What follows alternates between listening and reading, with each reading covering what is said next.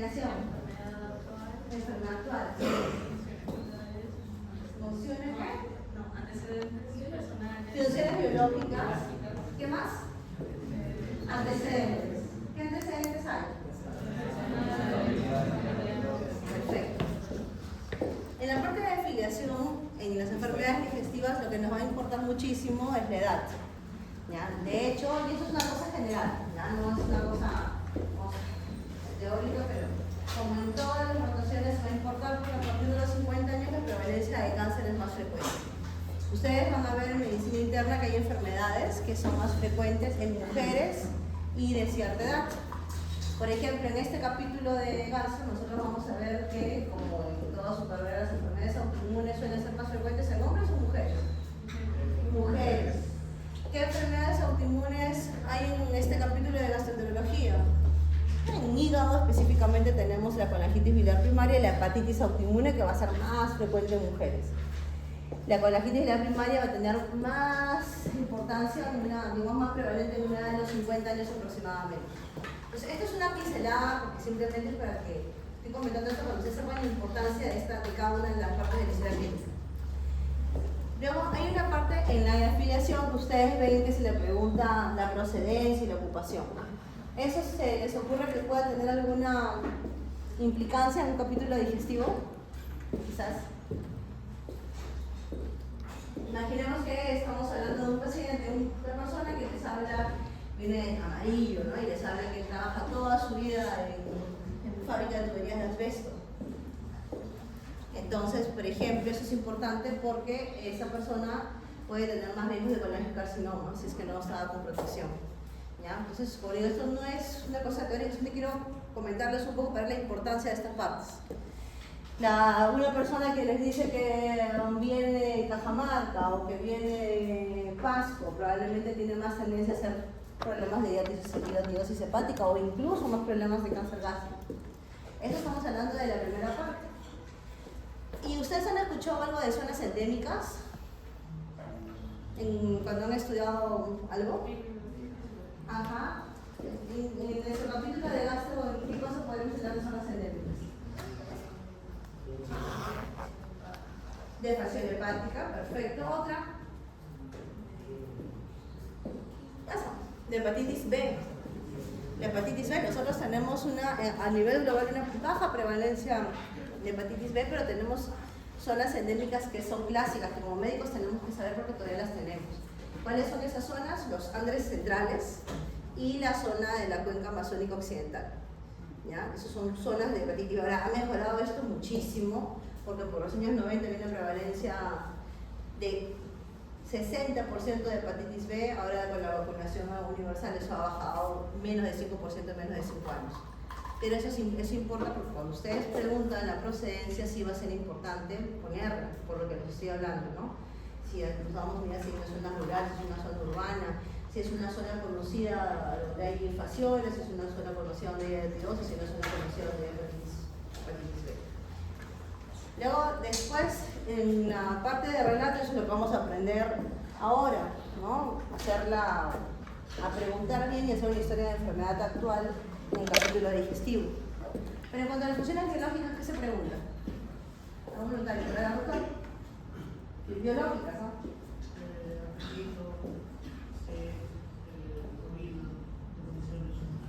Sueño. ¿No? Y ahí uno puede hablar del peso también, ¿no? En cuanto al apetito, ¿en el capítulo digestivo será importante? Sí, porque ahora nosotros en este capítulo vamos a aprender qué cosa es no tener hambre, qué cosa es tener hambre y comer 2 cucharadas y llenarse. Vamos a aprender que esos son diferentes, ¿no? Entre la anorexia, hiporexia o llenura precoz. Vamos a aprender lo del peso, ustedes ya lo han visto, ¿no? Que lo del síndrome consultivo y la baja de peso es importante. En las deposiciones, ¿ustedes qué suelen preguntar? Consistencia. ¿Qué más? Olor. ¿Qué? Olor. Frecuencia. Consistencia, frecuencia, el aspecto, si viene con sangre, sin sangre, eso también lo vamos a ver en esa parte que tenemos de constipación y diarrea, vamos a mirar. Ustedes ya van a aprender la importancia que tiene de preguntar, oiga, ¿y usted normalmente cómo va al baño? Ay, yo toda la vida sigo reloj, pero hace 3 meses me estoy extinguiendo. alarma, cambio de nuevo evocatorio. En la parte de antecedentes, en antecedentes generales, ¿qué se les ocurre que puede ser importante? Preguntar. En el capítulo digestivo, todos los filósofos. Doctora, cualquier cosa en antecedentes generales. Antecedentes generales. ¿Generales? ¿Qué se pregunta en antecedentes generales? Consumo de alcohol. En antecedentes generales, entonces se ve la... Ajá, ¿con quién dijo? ¿Vivienda? ¿Alguien dijo vivienda? ¿No? Bueno, la parte sí, vive una vivienda rural, urbana, el desagüe. Porque nosotros tenemos una altísima prevalencia de Helicobacter pylori, altísima. Pero definitivamente que la prevalencia de Helicobacter pylori va a ser mayor cuando la persona toma agua cruda.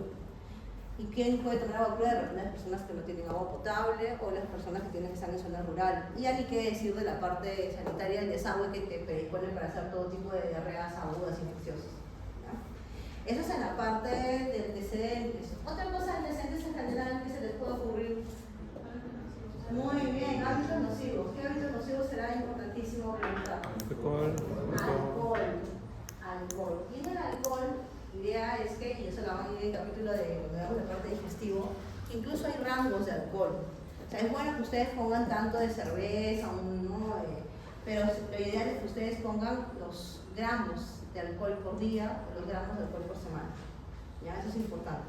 Haciendo la equivalencia, ¿no? Van sacando cuánto de alcohol hay. Después, en cuanto a los antecedentes patológicos, obviamente es importantísimo saber qué enfermedades tiene la persona y si ha tenido operaciones previas, en fin, ustedes van a ver que hay antecedentes que son importantísimos con la patología gástrica. Por ejemplo, he tenido el antecedente de una persona de 60 años que vino con disfagia y te cuenta que a los 30 tomó cáusticos. Ese antecedente es importante porque hay una relación entre haber tenido una esofagitis cáustica y el cáncer gástrico, ¿no? Otra cosa importante, yo toda la vida me han dicho que sufro de reflujo. También hay una relación entre el cáncer de adenocarcinoma esofágico y el reflujo. Igual ustedes van a preguntar medicación habitual, ¿no? Por ejemplo, ¿qué pastillas se les puede ocurrir que son importantes en este capítulo de digestivo? Queremos, ¿cómo? Omeprazol, muy bien. ¿Por qué? AINES, ¿por qué AINES? Porque de repente el AINES se puede causar una enfermedad ursolopéptica, ¿no? ¿Alguna otra cosa? Una cosa que viene con, yo veo más enfermedades del hígado y entonces varias veces las personas, eso tienen que preguntar también las hierbas. Porque la persona dice, oye, yo si para bajar de peso me han dado un preparado que tiene el campuri, té verde, no sé qué. Y la persona viene porque está amarilla, como una hepatitis. Entonces, le hacemos todos los despistajes y no tiene ninguna otra cosa. Y lo que llegamos es que tiene una hepatitis medicamentosa o una hepatitis por hierbas.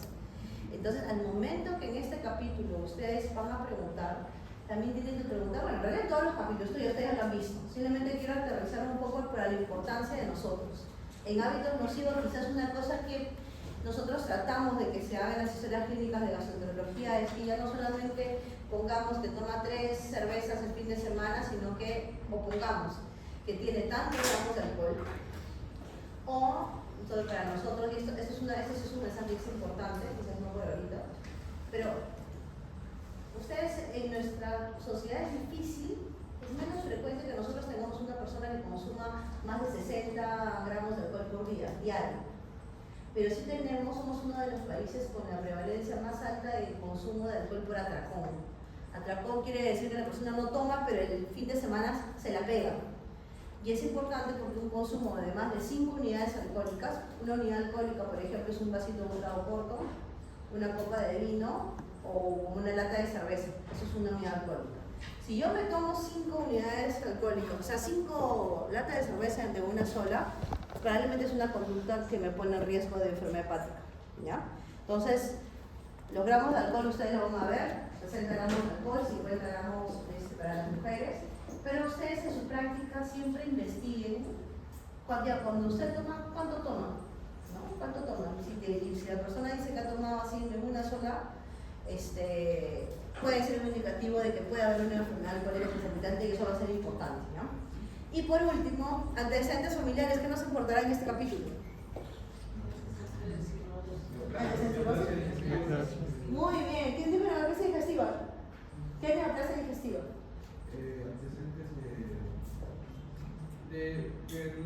que llega a neoplasia, no genera preponderancia al individuo. ¿Cuáles son los cánceres digestivos más frecuentes? ¿Alguien sabe? Cáncer gástrico, Colon. Perfecto, cáncer gástrico, cáncer de colon, los más frecuentes. Pero otro cáncer de la parte digestiva, páncreas, excelente. Otro, vías biliares, panangiocarcinoma, excelente. Esofágico, miren. Casi todos esos tienen cierta predisposición familiar, casi todos, pero los que tienen definitivamente predisposición familiar son uno, gástrico, colon, páncreas, ¿no? Esos tres son de tendencia familiar. El cáncer cuando ustedes pregunten, también tienen que preguntar todos los cánceres en la familia, porque por ejemplo hay una asociación. Ustedes escucharon esa historia de Angelina Jolie que se extirpó varios mamas porque tenía una mutación BRCA, ¿no? Y la mutación BRCA no solamente te predispone para cáncer de mama y cáncer de ovario, sino también para cáncer de colon, cáncer de páncreas. O sea, muchas veces las neoplasias son primas, ¿ya? Por ejemplo, este BRCA a las mujeres le da más ovario o mama, a los hombres le da más próstata, páncreas. Ya, entonces es bueno que ustedes hagan toda la historia, esas cosas son básicas, ¿ya? Que en realidad es lo que ya ustedes han estudiado. Simplemente lo que quería dar una pincelada desde el punto de vista de mi especialidad, por qué es importante preguntar. Y en este capítulo ya vemos que procedencia por zonas endémicas, la situación de las funciones biológicas para ver apetito, deposición, baja de peso, el contexto en el que vive la persona, sus antecedentes personales patológicos, incluyendo su medicación habitual, y los antecedentes familiares son sumamente importantes. Con lo que quiero comenzar es con el examen valor abdominal. Perdón. No te malogra nada, ¿no? Listo, gracias. Entonces, vamos a preguntar, bueno, una de las cosas más importantes que uno tiene que preguntar en la soteriología es el dolor abdominal. Entonces nosotros vamos a dividir el dolor abdominal cuando preguntamos, de una manera arbitraria se ha puesto así. Un dolor agudo es menos de 7 días, un dolor crónico es de 6 semanas, ¿no?, a más. Y obviamente que todo lo que yo no tengo en el medio le vamos a decir subagudo. Esta división arbitraria es sumamente importante porque las cosas agudas, ¿no?, los dolores abdominales agudos tienen una lista. Los dolores crónicos otra, ¿no?, por enfermedades crónicas como cáncer. Un dolor abdominal agudo puede ser una apendicitis aguda, puede ser una úlcera perforada. ¿Cuáles son las bases fisiopatológicas para clasificar el dolor? Nosotros podemos tener un dolor visceral, un dolor somático y un dolor referido, ¿no? Estamos hablando especialmente del dolor abdominal, ¿no? El dolor visceral dice se origina de órganos abdominales cubiertos por el peritoneo visceral. Los receptores están ubicados en la pared muscular de vísceras huecas y de cápsulas de macizos. Macizos es como el hígado y el vaso. Es un dolor sordo, mal localizado, de distancia del órgano y frecuentemente en la línea media. Y eso es efectivamente, ¿no? O sea, siempre yo digo, el hígado no suele doler, ¿no? No suele doler, pero quizás cuando la cápsula del hígado aumenta, no va a tener un dolor sumamente localizado, sino un dolor realmente sordo, ¿no? Obviamente ya cuando el hígado está en una hepatitis aguda, la persona puede localizar el dolor en el flanco, ¿no? Pero cuando, por ejemplo, una persona puede tener un hígado graso y el dolor, la cápsula del hígado aumenta, va a tener un dolor efectivamente sordo, no mal precisado, como en la parte central. El dolor somático, en cambio, se origina en el peritoneo parietal. Está inervado por estas fibras nerviosas de 7L1 y es intenso, brusco, bien localizado y en el órgano afectado. Se agrava con el movimiento, tos y respiración y se acompaña de espasmo reflejo del músculo abdominal. O sea, algo irritó el peritoneo parietal y cuando examinamos, ni bien ponemos, la persona siente dolor. ¿Qué les hace acordar eso? Apendicitis aguda o cualquier patología en la cual algo se derramó, se rompió e irritó el peritoneo. Puede ser una úlcera, colecistitis donde la úlcera se abrió, o puede ser cuando hicimos un procedimiento invasivo, por ejemplo, se tomó una biopsia y hubo un daño, ¿no? O hacemos una endoscopía y se perforó, eso ahí puede haber, ¿no? O sea, algo está irritando directamente al peritoneo parietal. Y el dolor referido se ve en estructuras viscerales y trasiva a distancia, ¿no?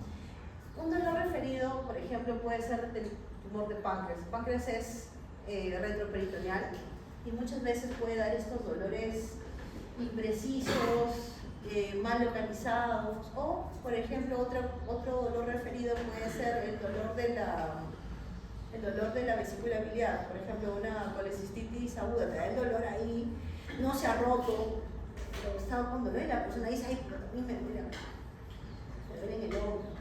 O la pancreatitis, ¿no? La pancreatitis aguda, me duele acá, a la espalda, dolores referidos, ¿ya?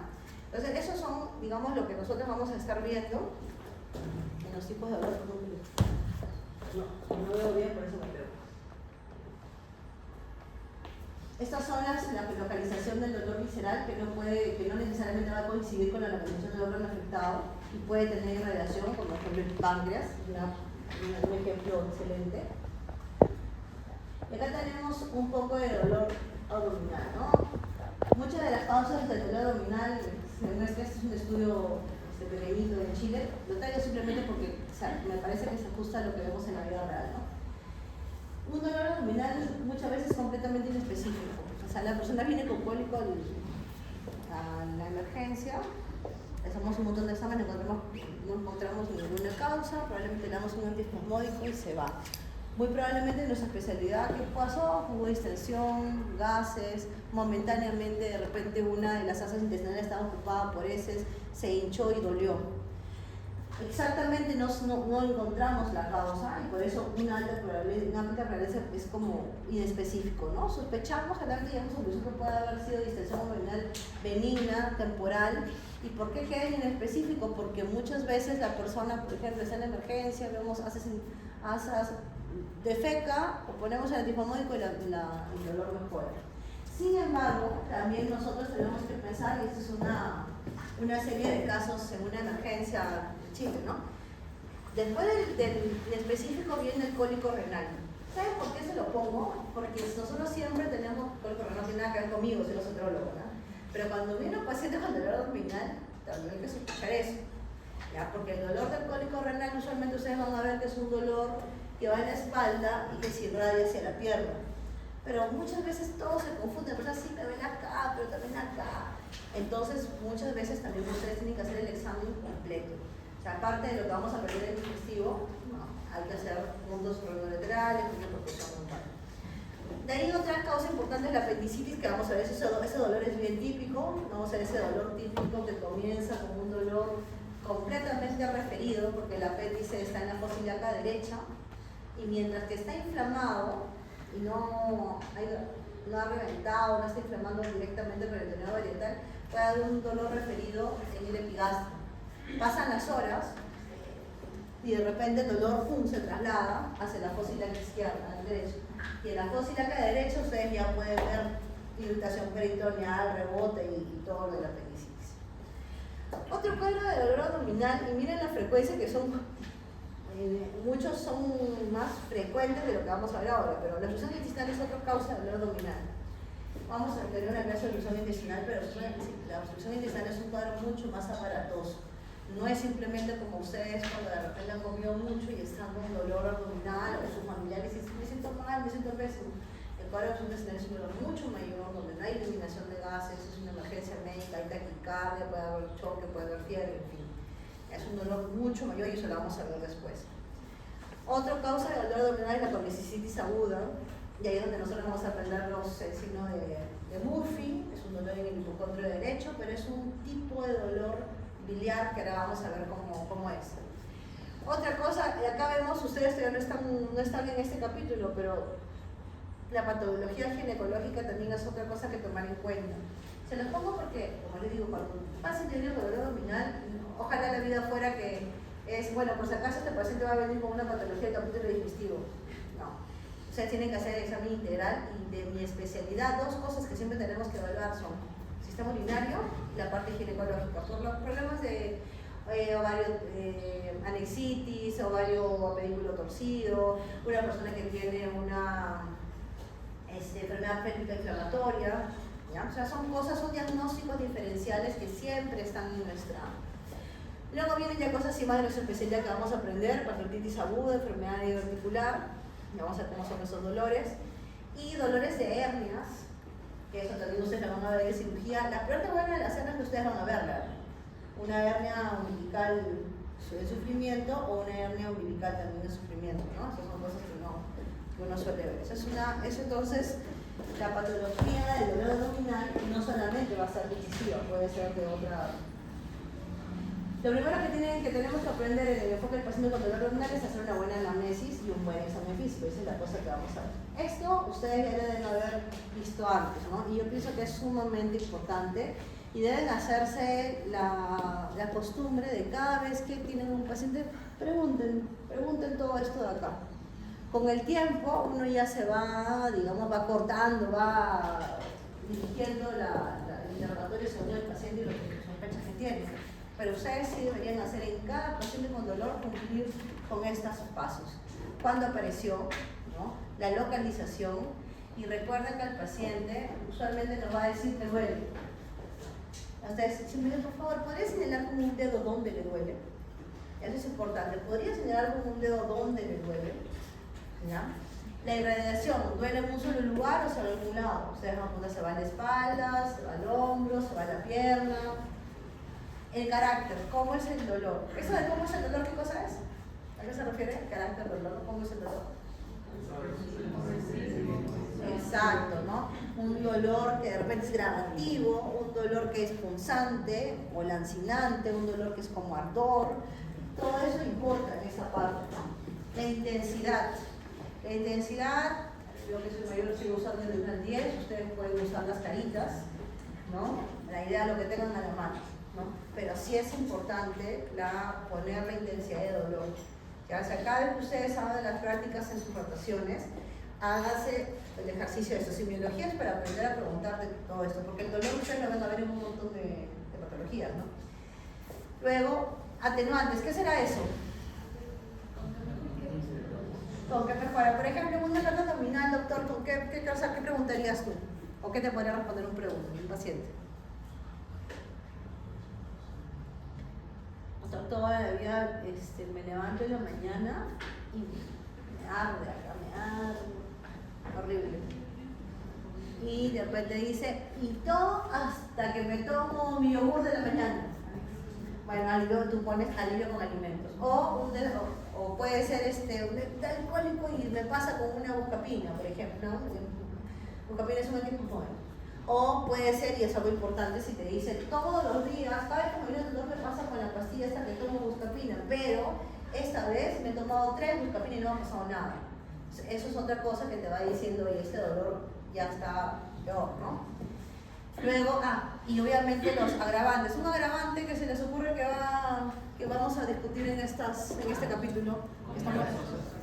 Las cosas grasosas, otra cosa típica, ¿no? Yo cada vez que tomo café y siento que me viene una acidez, mira hasta la boca. Agravante, ustedes van a ver que eso probablemente tiene que ver con enfermedad de reflujo, ¿no? Frecuencia. Cada qué tiempo aparece su dolor, es perenne. Eso es importantísimo. Por ejemplo, vamos a ver después en cada cosa, ¿no? El dolor de las vías biliares, ustedes si tienen que imaginarse un gráfico del dolor, imagínense espigas que van, porque la persona con las piedras en la vesícula lo que va a contar es: viene emergencia, está con el dolor, ¿no? Usualmente es gravativo, puede ser en el hipocondrio derecho, también puede ser en el epigastrio. Está con el dolor, le ponemos el antiespasmódico y pasa. Y le preguntamos: ¿desde qué hora está con el dolor? El dolor comenzó desde ayer en la noche, que me comí una parrillada con chancho al palo y le puse de todo y me comenzó el dolor. Ahí tenemos que tratar bien con la gente, pero... Y ahora ya me mejor. Igualito fue la vez pasada. Igualito hace un mes que fue la parrillada de no sé qué, me pasó lo mismo. Entonces, ¿qué cosa tú estás viendo? Que estás viendo 2 cuadros de dolor, espiga, sumamente intenso. La persona dice: yo sentía que me iba a morir. viene así, ¿no? Pero después el dolor, los otros días estuvo bien. Ese paroxismo, eso es un dolor que puede ser liviano. Pero imaginemos otro paciente que cuenta que hace 6 meses empezó un dolor, doctora, como acá. Entonces una cosa, por momentos me acordaba, no me acordaba, pero ahora todo el día me duele. No es terrible, pero todo el día está ahí. Ya, otras personas te dicen, me aburre el dolor, ¿no? Es un dolor persistente. Como ven, usualmente las intensidades muchas veces no son altas, no llegan al paroxismo, pero son sostenidas, ¿no? El dolor que les estoy comentando es un cáncer de páncreas, por ejemplo. No una hepatitis aguda, por ejemplo, porque se va a venir así igual, porque es un momento, ¿no? Entonces, esa parte de la frecuencia es importante, la duración también es importante. Miren, para que ustedes se den una idea, la duración es tan importante que nosotros diferenciamos un cuadro de cólico biliar y una colecitis aguda también por el tiempo. Así como en la parte cardiológica, un dolor que dura menos de 6 horas y calma menos de 6 horas probablemente es un cólico biliar. Y muchas personas tienen su cálculo en la vesícula, empiezan el dolor, toman una buscapina, o a veces no toman nada, se toman alguna cosita y el dolor va calmando. Dura poco, dura 6 horas. Pero el dolor que se está sosteniendo, que va durando, que va escalando, ese dolor es más preocupante. Probablemente es una colecitis aguda o de repente es una pancreatitis, ¿no? O sea, la duración es importante. ¿Y síntomas asociados como qué será? 1. Náuseas, disfagia. ¿Otro? Vómitos, exacto, ¿no? Vómitos en una pancreatitis, una persona puede vomitar. El vómito ya también va a tener otra etiología. ¿Otro? Imaginemos el chico joven comenzó con el dolor acá, ay que me duele, ay que me empezó a doler acá. ¿Qué puede haber también ahí? Fiebre. ¿Qué tipo de fiebre? Ah, bien, fiebre. Buena fiebre, ¿no? O sea, síntomas concomitantes son sumamente importantes.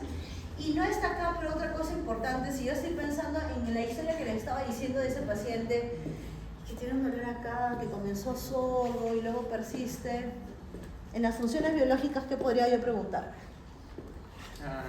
¿Se ha incrementado, disminuido el apetito? Ya, eso es uno. La hiporexia no es importante.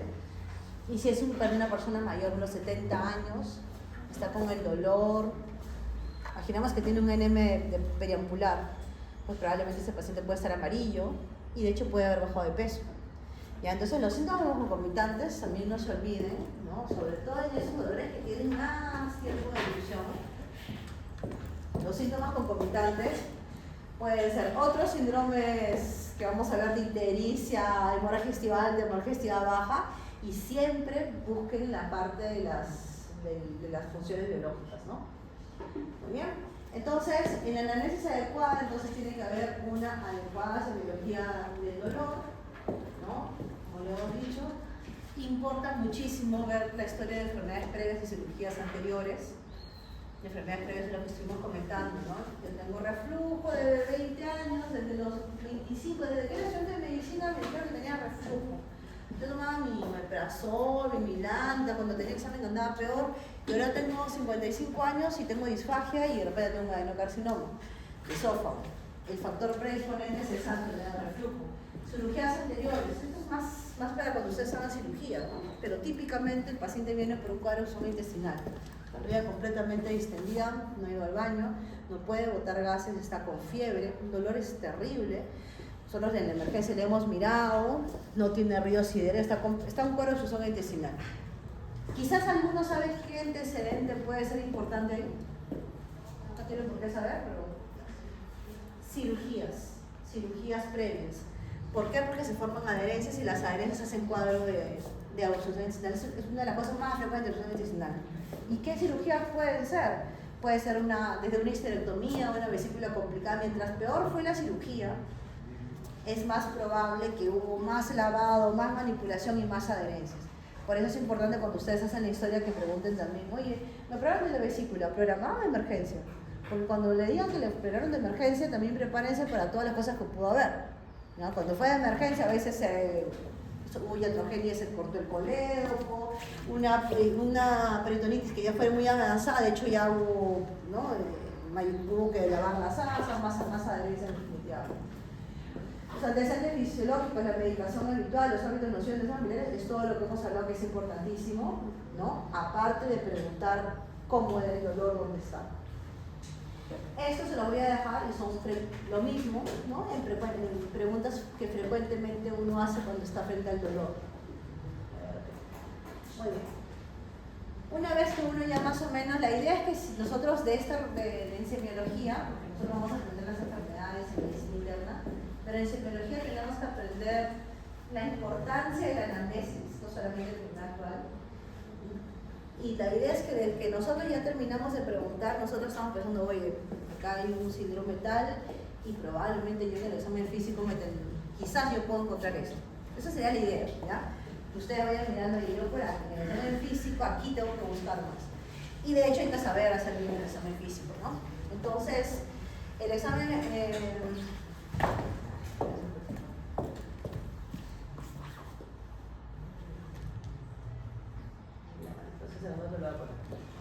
En el examen físico, ahorita vamos a ver que en realidad hay 9 cuadrantes que vamos a investigar y ahí en cada uno hay órganos.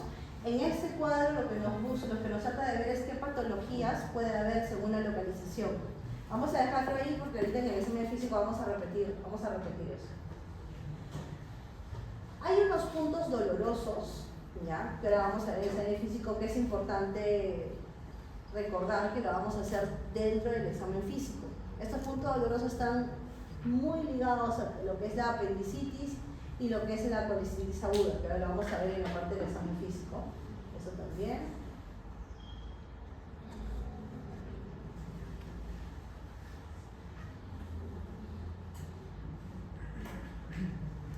Vamos a pasarnos acá un ratito. En la parte de dolor abdominal, que se va a cruzar un poquito con la parte del examen abdominal, esta tablita que les pongo es para que ustedes vean cuando preguntando, una vez que pregunta uno y hace el examen físico, uno ya puede darse una idea del diagnóstico. Por ejemplo, una apendicitis aguda puede tener clínicamente, en la parte de la anamnesis ustedes pueden ver esa gradualidad. El dolor no comienza terriblemente, el dolor puede comenzar suave, como veo típicamente en el epigastrio, y luego se traslada. Por eso dice un inicio gradual. Periumbilical, epigastrio, periumbilical al inicio, y luego después se va al cuadrante inferior, la fosílaca derecha, ¿no? Y ahí puede haber rebote, en fin. Colicitis aguda, típicamente el inicio sí es brusco. Los dolores biliares suelen ser bruscos. ¿Dónde? En el epigastrio, ¿no? En el epigastrio y en el hipocondrio derecho. Fíjense que siempre hablamos solamente del hipocondrio derecho, pero miren que la vesícula también puede doler en el epigastrio, ¿ya? Y puede haber esta irradiación hacia la escápula derecha, ¿ya? Con esa historia, ya desde que una persona les viene con dolor en el hipocondrio derecho, probablemente el primero que ustedes van a estar pensando en el problema de la vesícula, y es brusco, es un problema de la colicitis aguda, ¿no? Pancreatitis aguda, igual, otro ejemplo en el que hago la anamnesis y el inicio es brusco. ¿Dónde va a doler? En el epigastrio, ya casi yendo hacia el mesogastrio, o también en el lado, en el epigastrio, ¿no? Y se va la irradiación hacia la espalda, en franja, ¿no? Ese es el tipo de eso. Cuando ustedes les ven ese dolor o la posición antálgica, que es como la posición momental hacia, porque se queda así doliendo, ¿no? Eso, desde ahí nomás, ustedes ya pueden estar pensando que esto parece una pancreatitis. Examinan y qué cosas van a tener, probablemente dolor en la zona del epigastrio o hacia el mesogastrio, ¿no? Diverticulitis también, la historia típica es un dolor gradual. La persona al comienzo puede tener un dolor difuso, parece que está con gases, y sin embargo en el transcurso de las horas, no es tanto como la apendicitis que lo ven sobre todo en la parte alta, ¿no? Puede ser difuso, pero en el transcurso de las horas se va típicamente a la fosílaca izquierda. Recuerden que esto no siempre se cumple, pero cuando ustedes tienen un paciente que parece apendicitis, pero en el otro lado, la diverticulitis aguda es un buen diagnóstico diferencial, ¿no? La úlcera péptica perforada Es un dolor completamente brusco, es un dolor intenso en el epigastrio. Y si hay perforación de víscera, bueno, ¿qué cosa podrá haber en el abdomen? ¿Resistencia, rebote puede haber o no? Sí. Sí, porque ya se rompió. Acuérdense que cuando el peritoneo parietal se irrita porque se ha reventado algo, empieza a ver eso, ¿no? Todas estas de acá ya son menos frecuentes. Lo que vemos en infarto mesentérico no lo vamos a ver, vamos a ver en medicina interna. Pero la idea de ese cuadrito es que nosotros veamos que desde la anamnesis nosotros podemos empezar a darnos una idea de qué cosa es qué patología podría haber.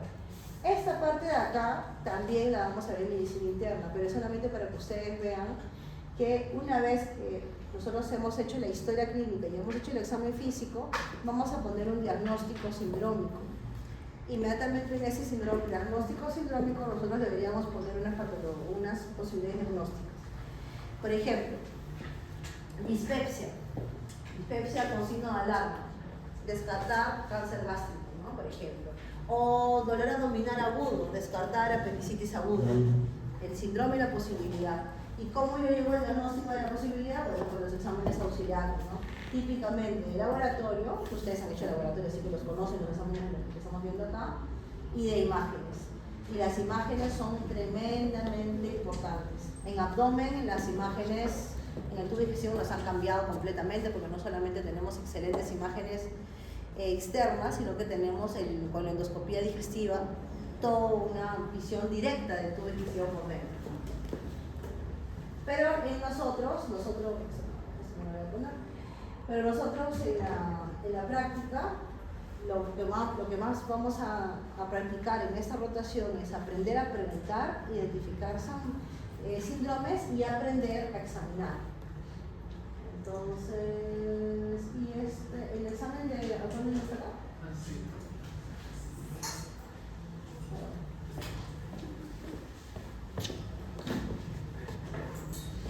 ¿Está bien, no?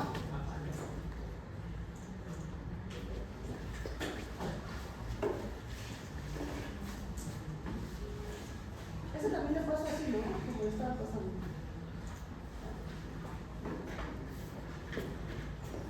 Entonces, con esto vamos a aprender a ver la parte de la preparación del abdomen. Primero, ¿cuál es la preparación antes de examinar? Antes de examinar el abdomen, todos tienen que lavarse las manos. Eso es importantísimo, lavarse las manos antes y después.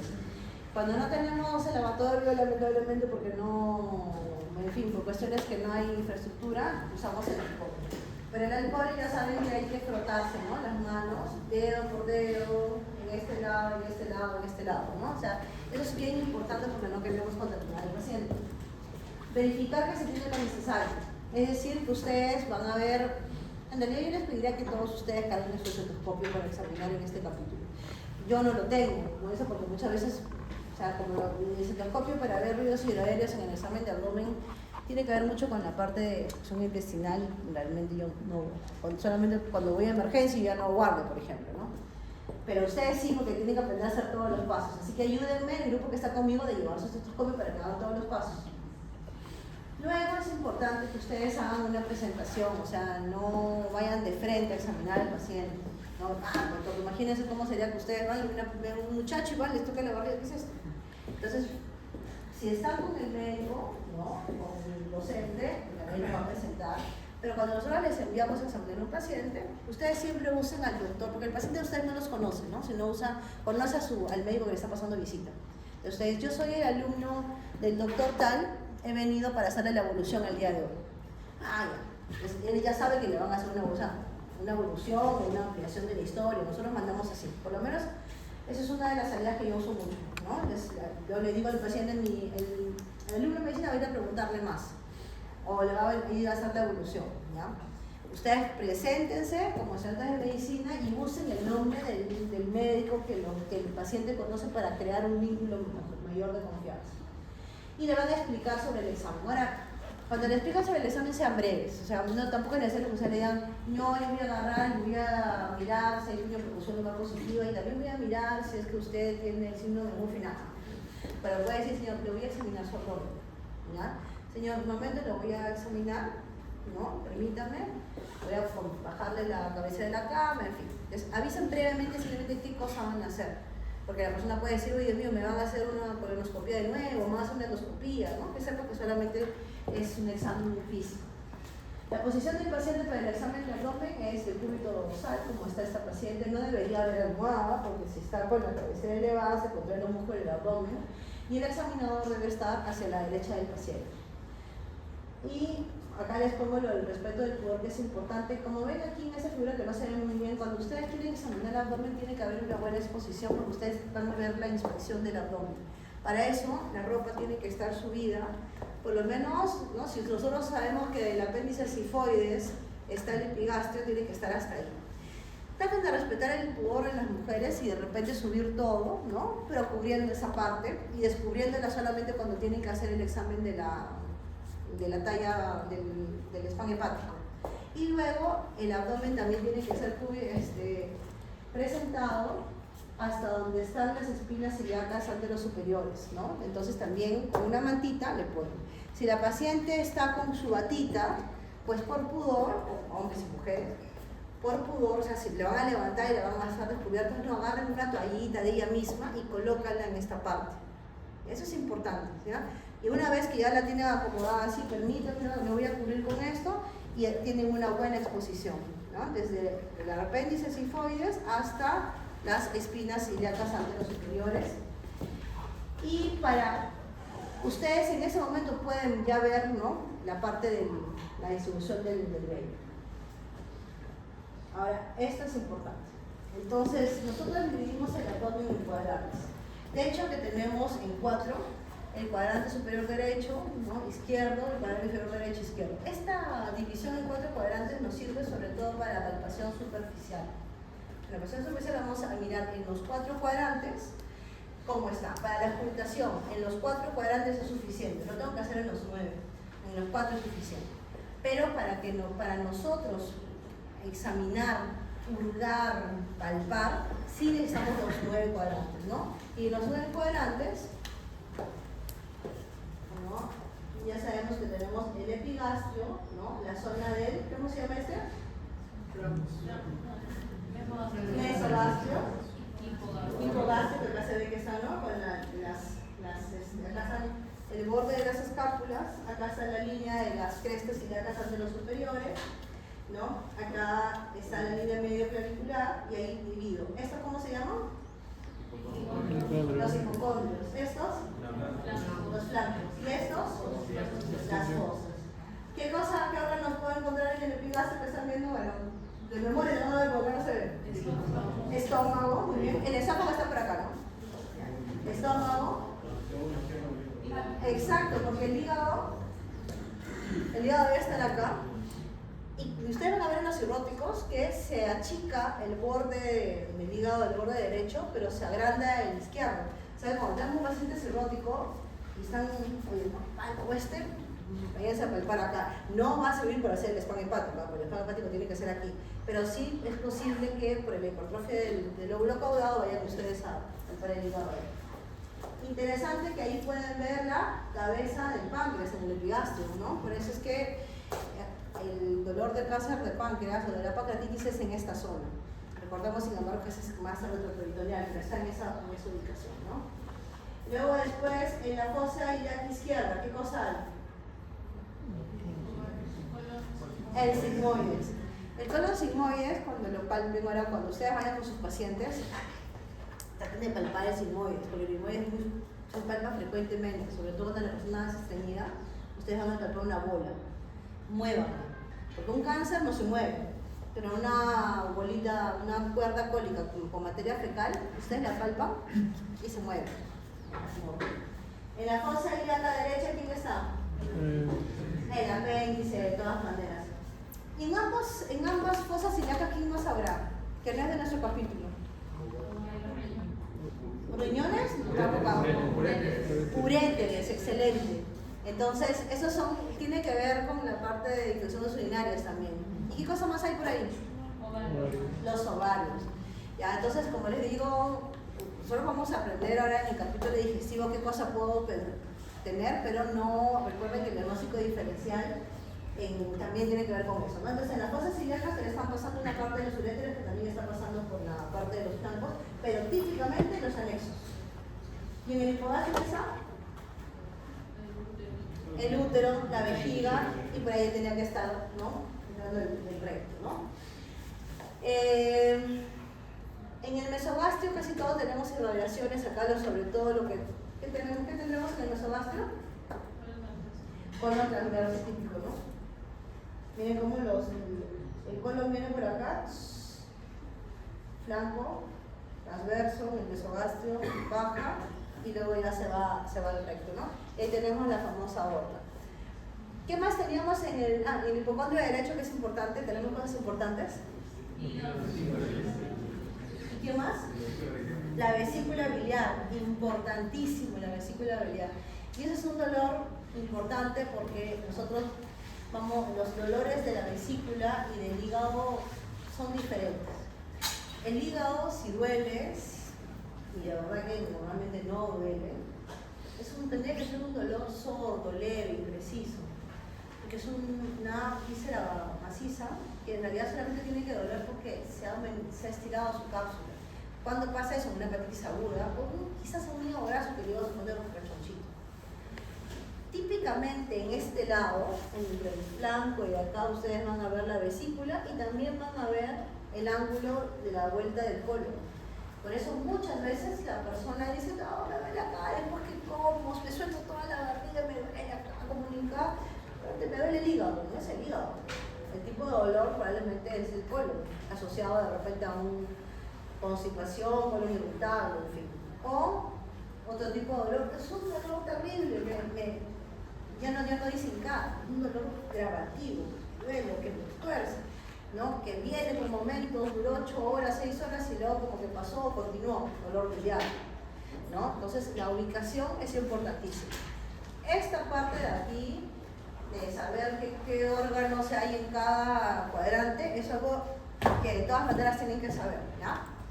De todas maneras, eso tienen que saber del humor. Lo primero que el primer paso en el examen físico del abdomen es, ya después que le hemos puesto bien al paciente, nos hemos lavado las manos, hemos colaborado, colocado todo, la inspección. Que va a haber una inspección activa y quizás a veces una inspección activa. Primero van a mirar, ¿no? Van a mirar si está simétrico, van a aprovechar de ver la distribución del vello del paciente. Ustedes, acá les veo el abdomen, estamos viendo solamente abdomen, pero ustedes saben que la agarran. Cuando estamos en la práctica, antes de ir al abdomen hemos hecho otros exámenes, ¿no? Hemos visto si hay ictericia, realmente estamos viendo si hay ginecomastia, estamos viendo si hay pérdida de vello o no, o corporal, en fin. Pero viendo el abdomen, primero vamos a ver la forma, ¿no? De repente es un abdomen simétrico o es un abdomen que está así balonado como esto, o vemos que es un abdomen que se está yendo líquido hacia los costados, es un abdomen batraciano, o vemos una persona gordita y podemos que es un abdomen globuloso. ¿No? Tenemos que ver el ombligo, por ejemplo, acá, ¿qué cosa le pasa al ombligo? Semifrecuencia, lo van a ver frecuentemente, ¿no? Y muchas veces cuando hay ascitis, como acá, este paciente está, ¿no? Como un abdomen balonado, ligeramente batraciano acá, ¿no? Estos paréntesis de acá. Y ahí pueden ver ustedes que está viendo una protrusión de la hernia umbilical. Cicatrices, ¿no? Por ejemplo, en el grupo de ayer, ¿qué cicatrices veíamos? Hemos visto el laparoscópico, hemos visto la operación de hígado. Si veo una cicatriz en el hipocondrio derecho, ¿operación de qué puedo pensar? De vesícula. Si veo una cicatriz lineal en la fosa ilíaca derecha, apéndice. Y si veo los puntitos chiquitos, una laparoscopia, ¿no? Y bueno, las hernias que vamos a ver. Esto de la inspección activa, ¿cuándo se hace? Ustedes van a ver también frecuentemente una hernia, ¿qué es? Hasta de repente alguno de ustedes tiene y está así de rectos. La persona está echada y ustedes mírense, de repente ustedes tienen, y de repente digo, yo acá tengo una cosa, ¿no? Si ustedes le piden al paciente, a ver, haga como que se sienta y pum, sale la estasia en recto, ¿ya? Entonces, eso, la inspección activa sobre todo es por las hernias, ¿ya? Y eso tiene que ver mucho, por ejemplo, con la estasis de recto. La estasis de recto, acuérdense que es que los rectos deben estar pegaditos, están un poco separados, y ustedes van a ver que en la línea media hay una especie de protrusión, ¿no? No van a hacer eso por la hernia umbilical, a ver, puje, no, ¿no? Entonces, hacen esto para ver, ¿no? si protruye.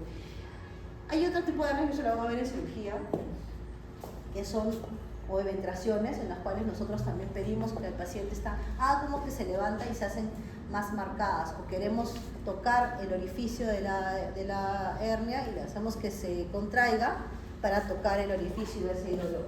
A eso se refiere la inspección activa. Esta, por ejemplo, es lo mismo, esta es la de las ascinas rectos, ¿ya?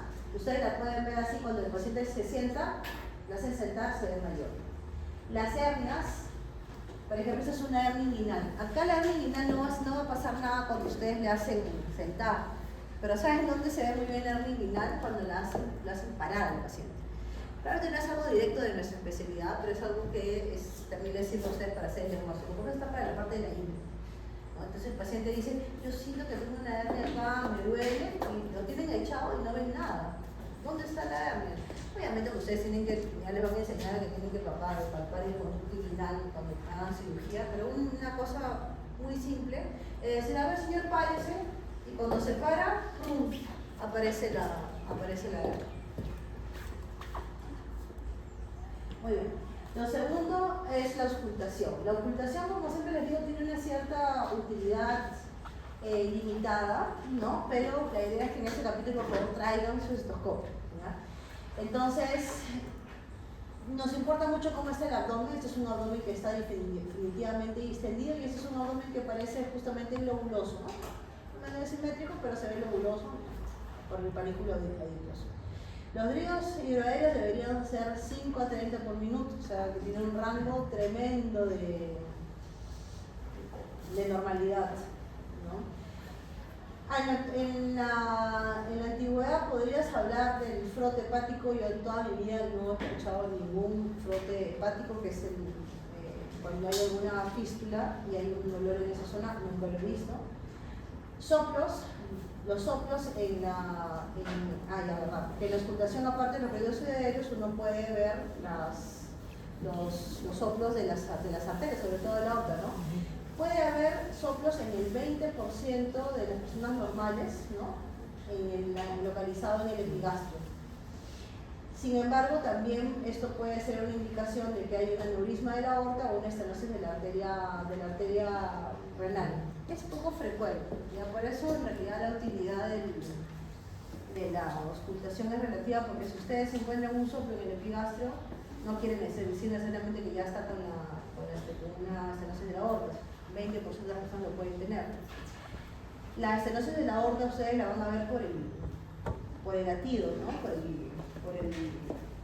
Por el latido que se ve en la parte del mesogastrio, y de todas maneras lo va a tener que corroborar con imagen.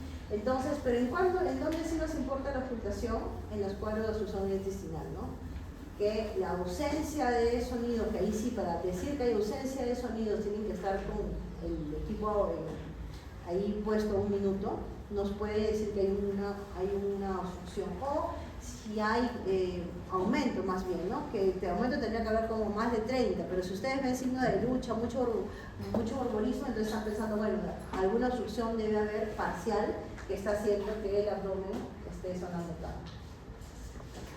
Entonces, la auscultación la evaluación de los ruidos hidroaéreos es importante, sobre todo cuando yo tengo un abdomen distendido, cuando estoy pensando que hay un cuadro de obstrucción intestinal. ¿Qué cosa voy a encontrar ahí? Signos de lucha intensos, prolongados, pero en un contexto de un paciente que no viene así normal, tranquilo, sino que viene distendido y viene con un dolor sumamente intenso. Por eso le pongo la cara, para que ustedes se acuerdan las dos cosas. No es un paciente que viene, yo no pienso obstrucción intestinal en un paciente que viene así, con cólicos, viene con mucho dolor, usualmente viene con vómitos. Al examen físico está con taquicardia, puede haber fiebre, y esta barriga la podemos ver así, ¿no? Y esto, entonces nosotros le miramos, y si hay una disminución de los ruidos hidroaéreos, o sea que debe haber menos de 5 ruidos por 1 minuto, entonces decimos, hay un cuadro sugerente o obstrucción intestinal, ¿no? O sea, en el cuadro intestinal, perdón, hay en una primera fase muchos ruidos hidroaéreos en lucha, y luego después puede haber silencio. Pero primero hay mucho ruido y luego silencio. En cambio, en el hilo paralítico desde el comienzo no se escucha nada. Y la persona está con dolor, pero no se escucha nada. ¿Por qué es la diferencia? Porque en la obstrucción intestinal algo que obstruye. Por ejemplo, puede ser que se hizo un vólvulo. Y entonces primero el cuerpo, ante la obstrucción, quiere salir. Y suena mucho, hay signos de lucha, ¿no? Porque quiere vencer la obstrucción. Si por ejemplo había un cáncer de colon y el colon fue creciendo y la deposición se fue atorando, hay mucho movimiento peristáltico porque quiere exprimir lo que está viendo. Eso es en la obstrucción intestinal en la primera fase. Pero en cambio en el hilio, desde el comienzo no hay nada de sonido porque ahí el problema no es que haya una obstrucción, sino que no hay motilidad, no hay peristaltismo. Entonces por eso ustedes no escuchan nada. Y esa es la diferencia entre el cuadro de obstrucción intestinal y el cuadro del hilo paralítico. Soplos importantes en el abdomen. Bueno, los más importantes son los que se examinan en el epigastrio. Acá puedo tener estas irradiaciones de la aorta y la arteria renal. Estos solamente se los estoy poniendo por si acaso en un momento lo escuchan, pero obviamente que yo, la verdad que mi práctica como gastroenteróloga no es que yo me ponga a escuchar dónde están los soplos. ¿No? Como digo, más 20 personas, personas normales lo pueden tener. Pero por si acaso, esta es la explicación, ¿ya? Porque son las irradiaciones de la arteria renal y de la aorta. El soplo diastólico en un paciente con sospecha de hipertensión, un soplo diastólico en un paciente con sospecha de hipertensión renovascular es un signo que tiene una sensibilidad del 29%, especificidad del 99%, y que sinceramente nosotros clínicamente no hacemos ese diagnóstico, ¿ya? O sea, esa sería la única utilidad del soplo, y de hecho nosotros vamos a hacer un Doppler para mirar, ¿ya? Entonces, ya realmente no considero que ustedes tengan que saber esto de los soplos, solamente que si lo escuchan en el epigastro, acuérdense que es 20% puede ser normal.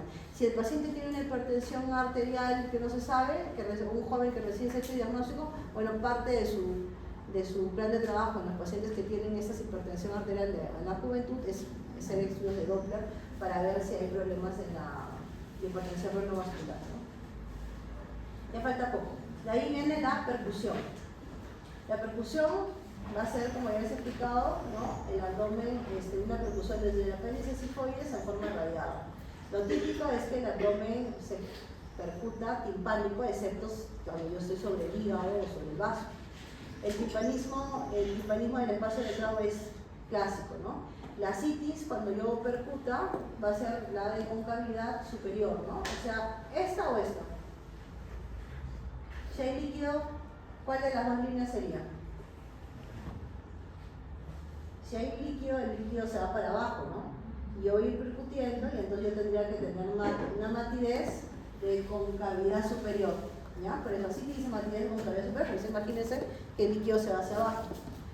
Muy bien. Matidez fija, que no se mueve, esto puede ser por tumores.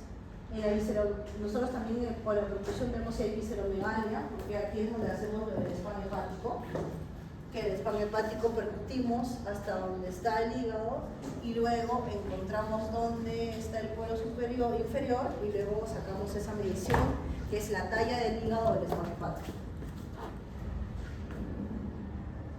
¿Bien?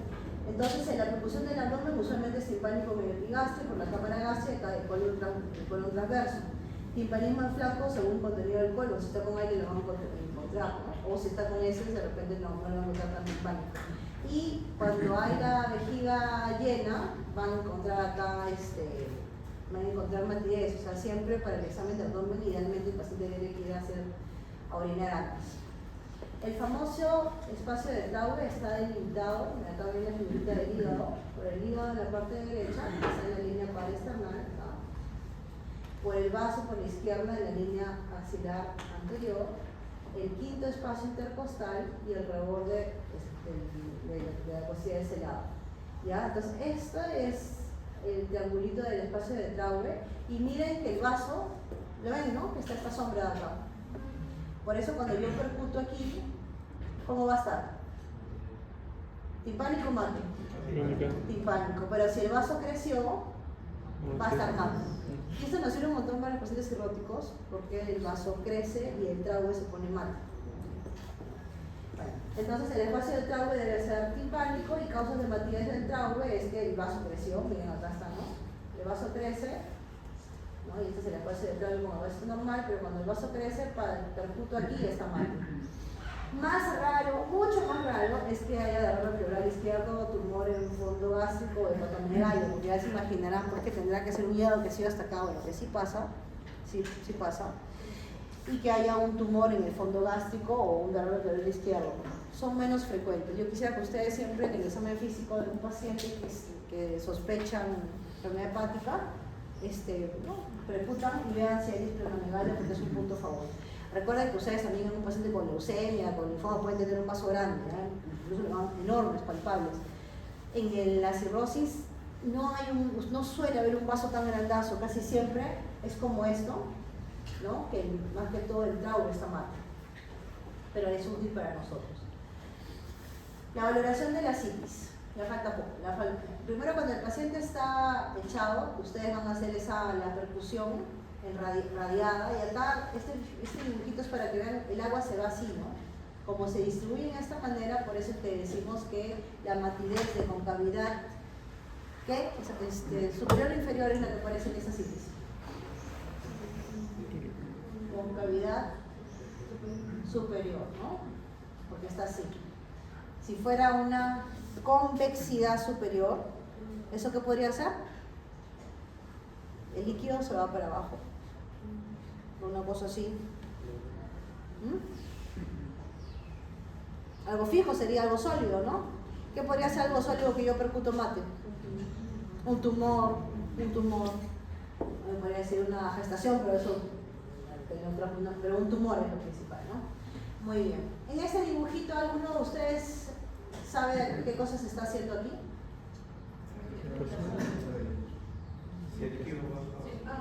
¿Cómo se llama esto? Matidez desplazable.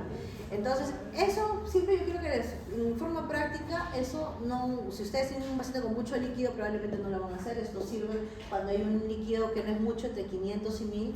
Ustedes han percutido, y esto frecuentemente, ¿no? Percuten, palpan, no está timpánico, está como mate. No me parece que haya citis, pero yo digo, si está mate acá, de repente es que está parte del colon ocupado por heces. Entonces, o puede ser agua. Entonces, por eso a la persona yo la hago voltear y le vuelvo a percutir. Si es líquido, va a bajar. Y acá se va a percutir, ¿qué? Si hay líquido, estaba mate, lo volteé, espero un minuto, baja, percuto. Y si hay líquido, ¿cómo está ahora? Timpánico, porque el agua se cayó, ¿no? Las otras maniobras, esta de acá, ¿la conocen alguno de ustedes? ¿La maniobra de la oleada? La maniobra de la oleada, fíjense que típicamente, como en el dibujito, o sea, ahí en la figura de arriba es una figura de un ensayo, ¿no? Porque ustedes van a ver oleada en una barriga así, ¿no? Y en esa barriga, ustedes van a poner una mano en un lado, cogiendo, y en la otra al otro lado, y es la que hace la ola. Viene la ola y ustedes sienten aquí que palpó. Pero si es gordito y ustedes no fijan acá, entonces todos los rollitos, toda la grasita se mueve. Y nosotros queremos que vaya la ola para que pase. Por eso viene esa mano acá, que es la mano de un ayudante. Como cuando yo estoy sola, le pido al paciente que ponga su mano, o quien tiene la mano grande puede hacer lo que está haciendo en esta figura. ¿Ya? A mí no me resulta mucho eso porque no me da la mano. Pero si ustedes tienen una mano de repente más grande, una parte fija acá y pone, y con la otra percute. ¿Ya? Pero el paciente mismo ustedes le pueden decir, ponga su mano un ratito. Y si están entre ustedes, ayúdense ustedes, un examinador, el ayudante, el amigo pone la mano acá. No es un montón, simplemente para que, imagínense que no queremos que una gelatinita haga, ¿no? Que fije el película adiposo y ustedes hacen la oleada. La oleada típicamente va a ser en una citis más voluminosa.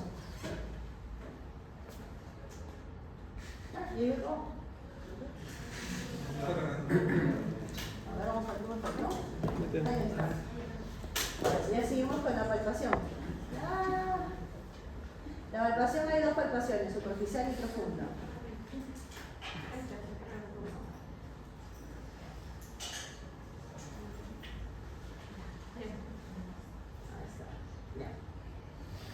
En la palpación superficial, esta es la primera parte en la que dice, ustedes van a ver en sus libros la maniobra del escultor de Merlo, ¿no? Vale. Si lo hacemos, como digo, cada uno lo va haciendo enfocado al paciente, la maniobra del escultor de Merlo no es la que va a hacer resistencia, sino es la que paso la mano, como que estoy viendo qué cosa hay en el tejido celular subcutáneo. Y ayuda para estos casos de acá. Han visto que tiene como unos linfomas, unas lesiones subcutáneas ahí. Entonces ahí mira, ¿no? La mano derecha se desliza por el abdomen, ¿no? Y vamos mirando. Eso es para ese es el escultor del Merlo, pero lo que más vamos a hacer en la parte de la palpación superficial es ver sobre todo los signos de irritación peritoneal. Y para eso la mano no es necesario que vaya por los 9 cuadrantes, es suficiente que pase por los 4. Entonces, en el paciente yo le he hecho, lo del escultor lo menos que yo paso y voy viendo si hay irregularidades, ¿no? Pero lo otro que es lo que más hacemos es mirar si hay resistencia muscular. En 4 cuadrantes, este es el abdomen del paciente, uno puede hacer una mano y hace este movimiento. Porque lo que yo estoy viendo es si el abdomen es depresible y si la persona al momento que yo hago este movimiento, su cara, ese movimiento no hace gesto de dolor o se contrae, ¿ya? Es importante que hasta este momento nosotros no habíamos empezado a examinar al paciente con las manos. Hasta ese momento solamente hemos percutido, quizás en ese momento no hemos percutido, ya había dicho que tendría algo de dolor, pero el momento que ya empezamos con el examen de la palpación, ahí es cuando uno le pregunta, si le duele algún lado, y tratemos de comenzar por otro lado, no por el que le duele, ¿ya?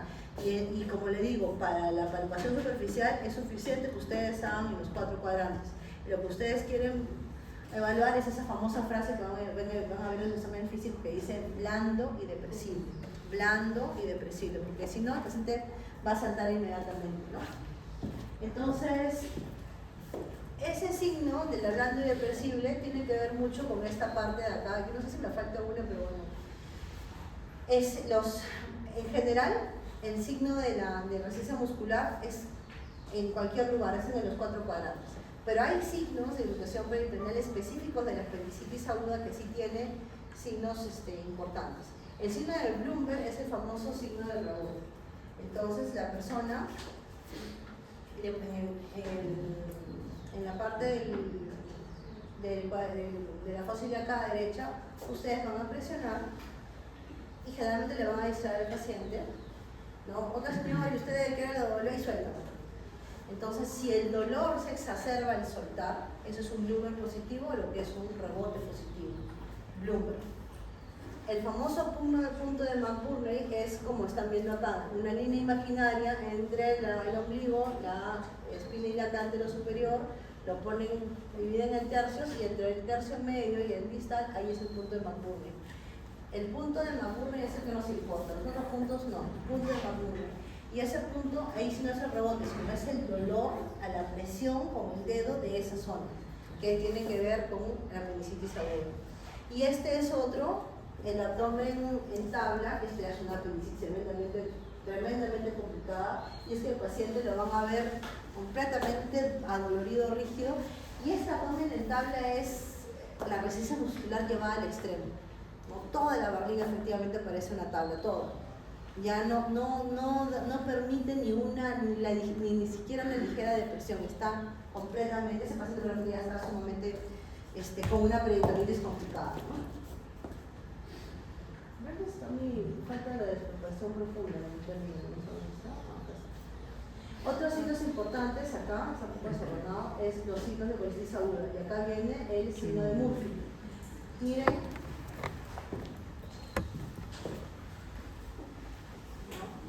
el dolor de la vesícula va a ser típicamente en la zona del hipocondrio derecho.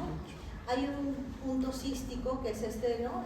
De esta línea desde el ombligo hacia la línea axilar anterior, y en donde intersecta reborde costal, eso yo puedo decir que es un punto cístico. ¿Y qué pasa hago con el punto cístico?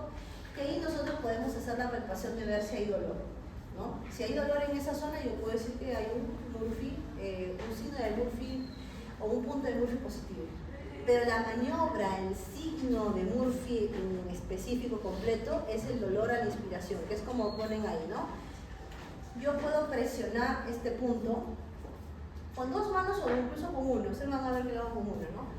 Primero lo presiono en esta zona, igual, ¿no? Y le piden a la mano que ustedes han tenido la mano ahí puesta, le piden al paciente que inspire. Si no pasó nada, puede decir, ah, sí, sí me duele, no es la maniobra o signo de Murphy específico. El signo o maniobra se considera positivo si es que uno hace y la persona corta la respiración del dolor. ¿Ya? Eso es un signo de Murphy positivo. ¿Y eso está relacionado con qué? Con colestitis aguda. Es el típico signo que ustedes van a mirar.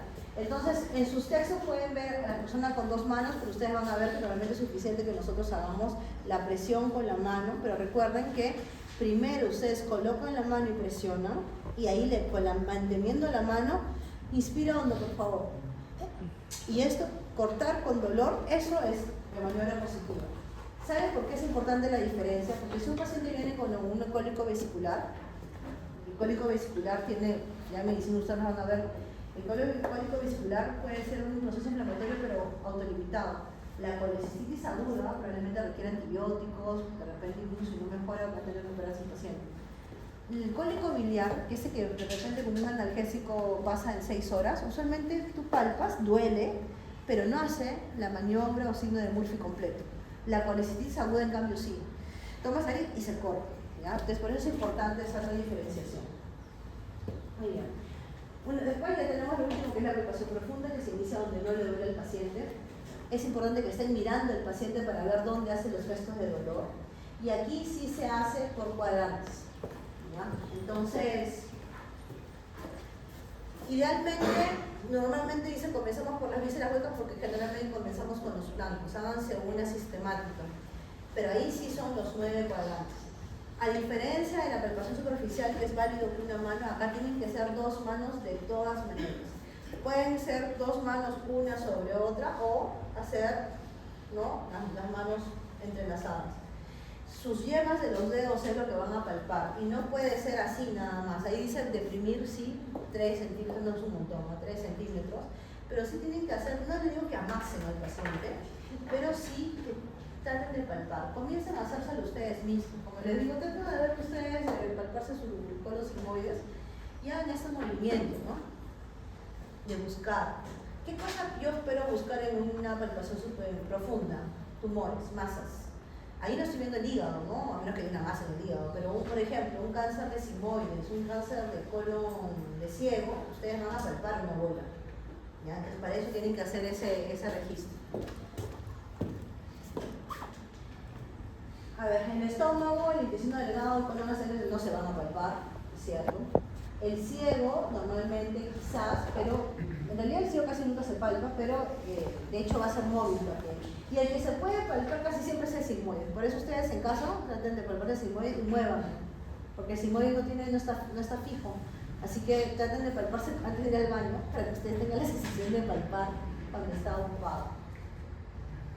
Bueno, esa es la evaluación del hígado, que es importante. La evaluación del hígado, vamos a ver si lo hemos discutido aquí. La palpación del hígado comienza primero para saber de dónde comienza, que tienen que ser percutiendo de la línea medio clavicular, van percutiendo hasta que noten que está mal, que normalmente se ocurre como en el quinto espacio intercostal, y ustedes tienen que decir, acá comienza, y ahí tienen que ver el borde inferior, ¿no? Porque con estos dos van a hacer la medida del span hepático, altura hepática, que ya han visto que normalmente mide de 6 a 12 centímetros. Cuando ustedes palpen el hígado debería ser un borde agudo, como unas fotitos, ¿no?, que ven que parece una lengua. Si tiene un borde rojo, probablemente ya es algo que tiene que ver con que tiene una hepatopatía crónica.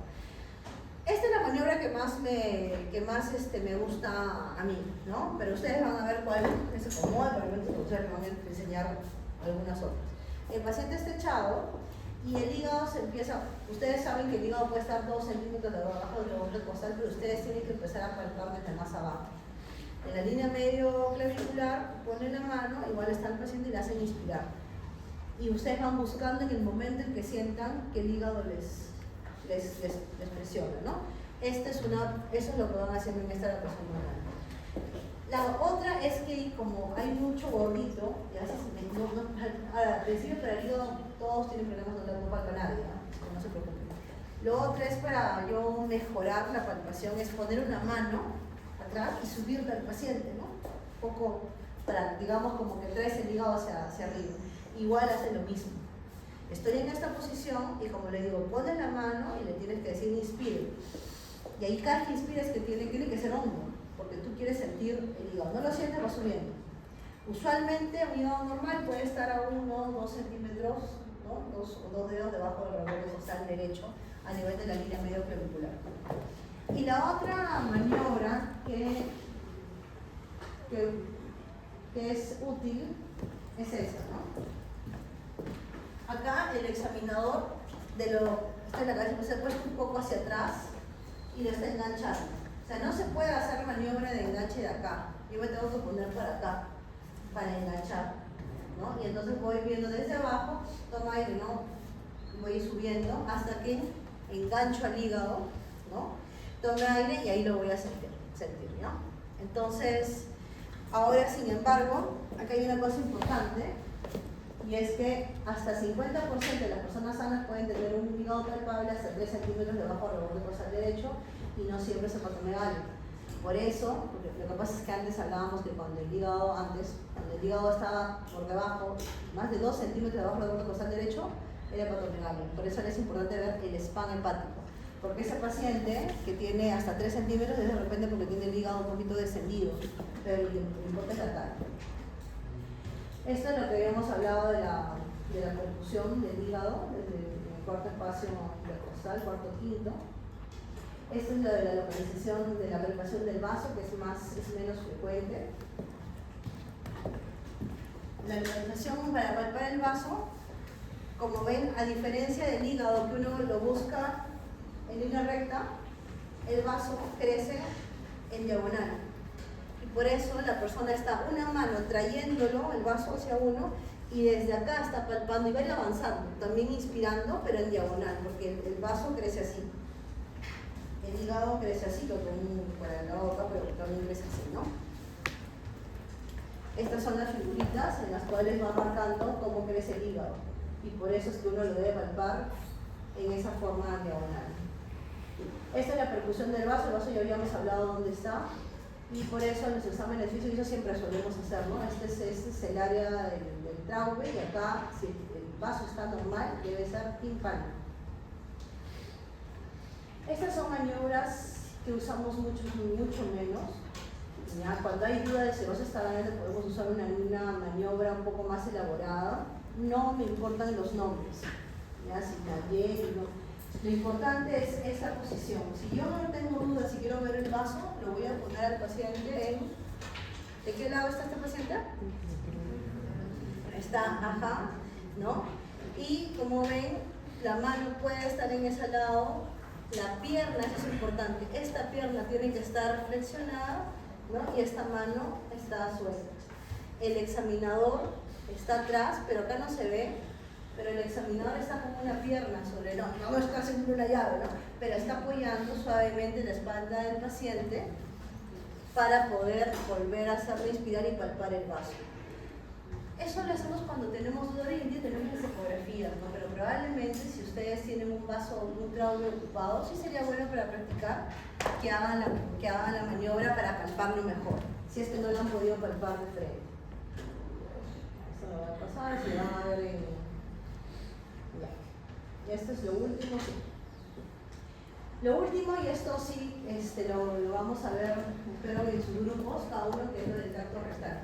El tracto rectal es parte del examen de abdomen, del examen de gastro, y se lo voy a decir brevemente, ¿ya? Porque porque es importante. Entonces, lo primero que dice cuando hay un tacto rectal es la inspección. La inspección, el paciente puede estar en la posición de cúbito dorsal izquierdo con las rodillas hacia el pecho, o puede estar en la posición de Sims, que es una posición como orando, ¿no? A nosotros como examinadores nos conviene más la posición de Sims porque tenemos mayor posibilidad de abrir los glúteos y mirar la parte perianal, pero para el paciente más cómodo es cuando está de costado. Hay que separar bien, la inspección es importante porque vamos a ver si hay hemorroides, en fin, eso lo vamos a ver probablemente, se lo voy a poner cuando yo haga constipación. Lo siguiente dice la introducción digital, ¿no? Esto lo estoy haciendo hoy día por si acaso lo van a hacer en sus grupos. Y ya le tienen que poner un gel, que usamos silocaína, en el ano, ¿no? El momento que ustedes ponen el dedo en el esfínter no se hace de frente. Tienen que poner suavemente, hacen como un movimiento y le piden al paciente que empuje. Porque naturalmente cuando empujamos, el esfínter anal se dilata y es más fácil la introducción del dedo. En el momento que estamos introduciendo el dedo se tiene que sentir cierta resistencia y uno es cuando palpa el tono del esfínter. Si es un esfínter hipertónico, normotónico o completamente hipotónico. Esa es la primera parte. Una vez que ya está dentro, uno con el dedo va a hacer la palpación de la superficie, como en la figura, ¿no? Y ahí lo que uno va a ver, haciendo o sea, el paciente está acá y estamos haciendo esta, y vemos la superficie, debe ser lisa. Imaginemos como que estamos con un guante palpando nuestra mejilla, la misma sensación de esa mucosa lisa, la misma sensación tiene que haber el recto. Si hay alguna irregularidad o endurecimiento, probablemente puede ser algo tumoral. Y en la palpación del recto es que ustedes pueden notar la próstata o el útero, incluso cuando está grande, que es de una consistencia como remitente. Remitente es esto de la consistencia de tu nariz. La consistencia remitente es típica de una próstata normal. ¿Ya? Más duro que eso, probablemente hay un problema. Nosotros, como hacedores, yo no tengo experiencia en hacer el examen de la consistencia de la próstata, pero sí, cuando nos hacemos el examen lo podemos ver, ¿no? Lo podemos sentir. Si vemos una próstata grande o dura, lo mandaremos al urologo. Y el tercer paso es que una vez que uno terminó, que eso es rápido, no es un ritmo, se queda una hora haciendo eso, ¿no? Al momento que saque el guante, vamos a informar si el dedo de guante está limpio, con restos de sangre, con restos de heces, de qué color se pone. Entonces, cuando uno hace un tacto rectal le pone inspección, de repente se aprecian hemorroides externas, a la inspección activa, que es cuando empuja. A la inspección activa se observa que hay producción de paquetes hemorroidales que reducen espontáneamente. El esfínter fue normotónico, la ampolla estaba abajo, no había heces, superficie lisa y el dedo de guante limpio. Eso es lo que ustedes van a ver en las historias y sus rotaciones cuando ven lo del tacto rectal. A continuación, les he mandado un video, el video léanlo porque para como que lo vean el video, está también en esa posición y se los he mandado, le he puesto hablar, ¿ya? El video véanlo todos y está ahí en la siguiente lámina. Muchachos, creo que vamos a hacer